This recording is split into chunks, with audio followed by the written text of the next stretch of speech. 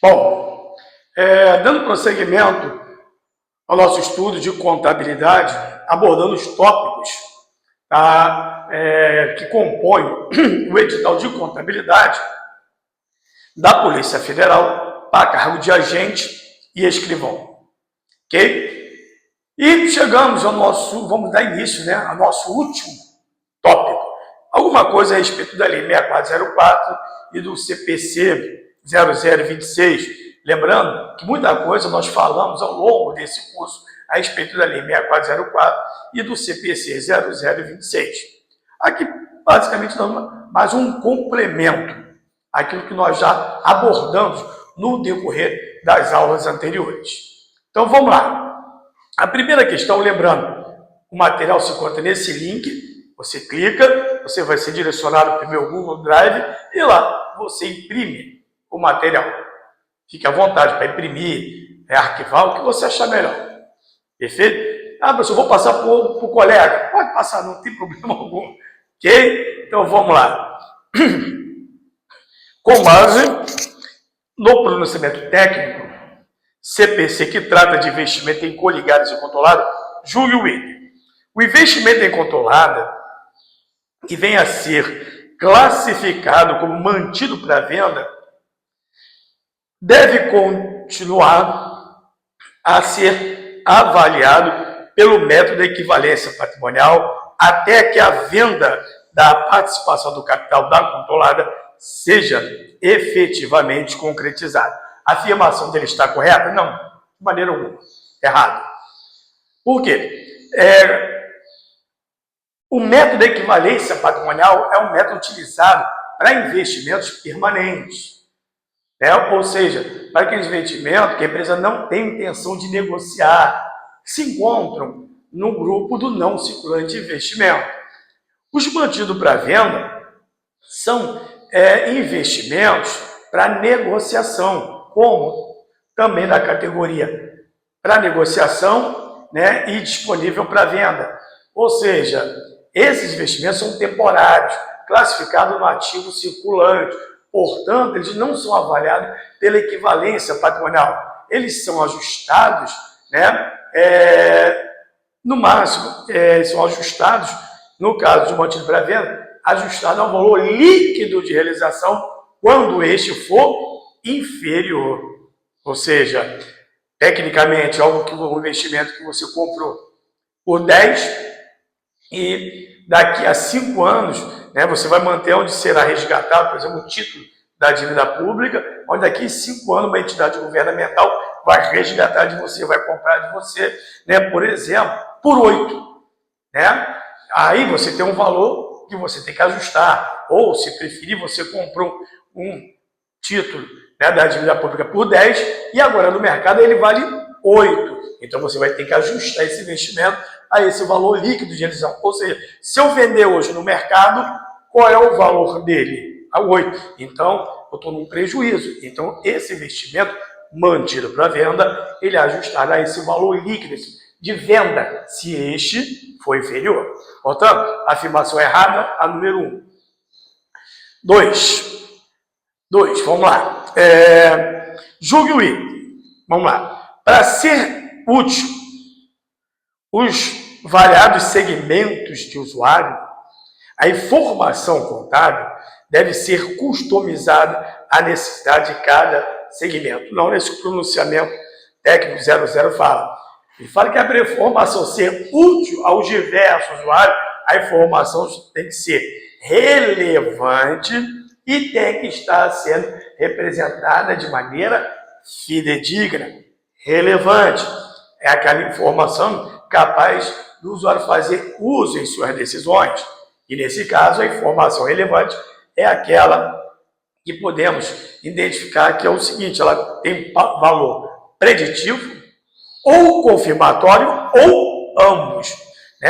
A informação não tem que ser uma projeção, mas ela tem que ser uma informação onde o usuário ele tem condições de predizer futuros resultados, projetar futuros resultados, e não a informação ser uma projeção.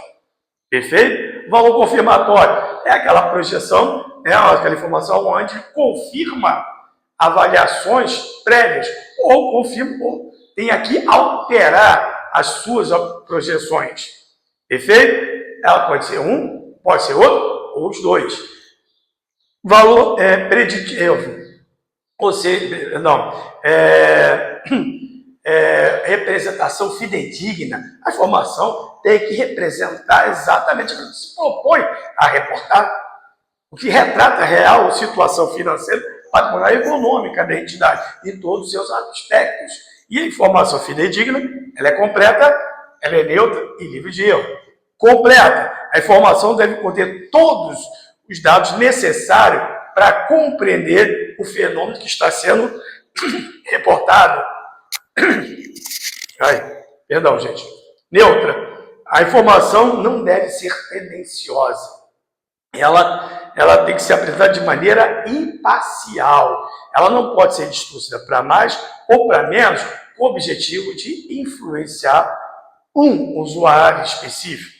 E livre de erro não significa a total exatidão, mas que os critérios de reconhecimento e mensuração, esses critérios foram utilizados livre de erros. Sabemos que muitos ativos, por exemplo, são reconhecidos por estimativa, né? Como, por exemplo, as perdas estimadas, né? A depreciação, a amortização, a exaustão, não são valores exatos, são valores estimados, né? Então, não significa a total exatidão a informação. Perfeito? Então, a afirmação dele é errada. Vamos lá, deixa eu continuar. 6 minutos. Julgue o item. 3. A exatidão da informação prestada no relatório financeiro de propósito geral é uma meta difícil de ser atingida devido à presença de estimativa e julgamentos utilizados na elaboração. Acabamos de falar na questão anterior.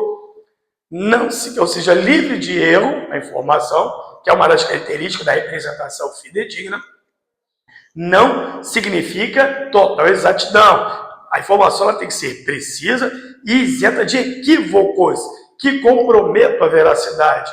A informação, os critérios de reconhecimento e avaliação, né?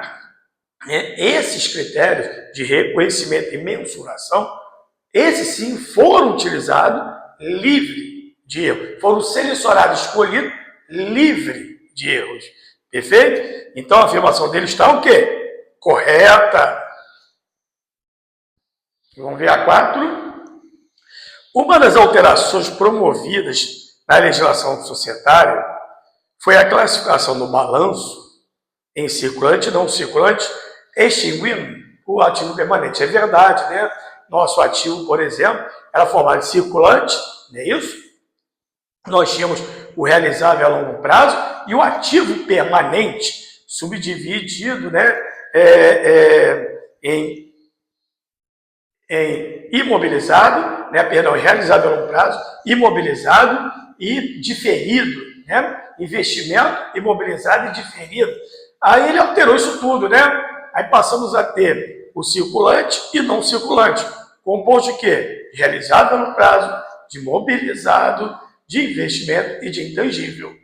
Ou seja, houve o realizável a longo prazo, entrou para o grupo não circulante e foi extinto o grupo do ativo diferido. Perfeito? Então não temos o ativo permanente, temos ativo circulante e não circulante. Permanente, isso era composto de, né, do investimento imobilizado e diferido, o ativo permanente. Agora não é mais assim. Então a afirmação dele está correta? Sim, houve essa alteração pela lei, né, 11.638 e 11.941, que mudaram, né, de maneira relevante a lei 6404. Perfeito? Vamos ver a 5 aqui? Ainda só um minutinho? Vamos lá. Ó.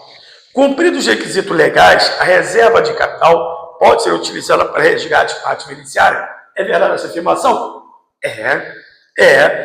Diz o artigo 200. As reservas de capital somente poderão ser utilizadas para a absorção de prejuízo que ultrapassarem lucros obrigatórios e as reservas de lucro. Por quê? Havendo prejuízo, obrigatoriamente deverá ser absorvido na seguinte ordem: lucros acumulados, reserva de lucro e, por último, a reserva legal, tá? A reserva de lucro. Persistindo o prejuízo, poderá ser utilizado o quê? A reserva de capital. Perfeito? Então, a reserva de capital poderá ser utilizada para absorver prejuízo depois de ter sido utilizado as reservas de lucro. Perfeito? Bom, aí ele fala no item 2, resgate de reembolso e compra de ações, resgate de parte beneficiária e corporação capital social, tornando a afirmação dele correta de acordo com o artigo 200. Perfeito?